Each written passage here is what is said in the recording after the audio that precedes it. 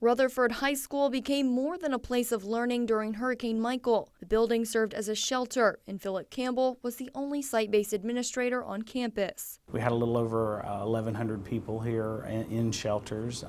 Every hallway was full with folks. It really was a quite intense system. At the end we had people running in, parking out of the front of the school and just running into the building, and us just putting them anywhere and everywhere we could.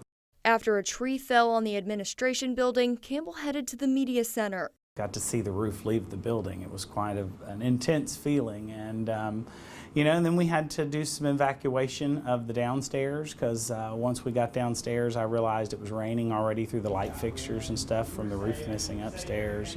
It was almost surreal, like a video game or like something I joked with people and said I felt like it was an Alice in Wonderland moment, and I was about to be blown away with the house. No one was seriously injured in any building. At one point, Campbell tried to get out of the center, but was blown back inside. At one point, you think this could be it. This could be the end of my life. And I actually have a video that I did of myself saying goodbye to folks that I've not looked at today, still today. I figure maybe after the anniversary I'll probably look at it. The school stayed a shelter for 6 days, and Campbell lived in his office during that time. He says he will never take a hurricane lightly again. It really scared me enough to make me realize that even the best built buildings don't stand a chance sometimes, especially with something so intense. The Red Cross and military groups stayed at the school, and Campbell says he doesn't know what he would have done without them. It really did take us all to get through the heart of it.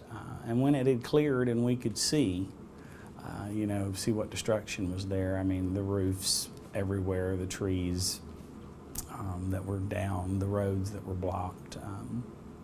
They even went behind us on Helen Avenue and helped a woman that had part of her house fall on her. Campbell hopes to never see a lot of what he saw during Michael in person again, but his experience lives on in his mind every day and in the minds of some of his students. Bad weather, storms, and they get a sense of almost fear that something bad is going to happen again. And bad weather does that to me. At times you think about it, and I think about tornadoes a lot more now, because to me that Category 5 was like a gigantic tornado that just never stopped.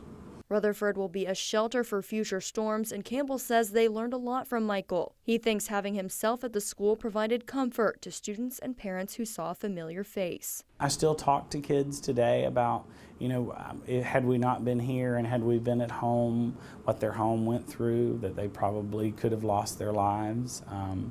And knowing that we did that, and that there are people alive today possibly because we had the shelter, those are the rewards that make you feel good. Those are those little moments that make you know that even though you felt like you could have lost your own life, you were helping others. Erica Orstad, News 13, Panhandle Strong.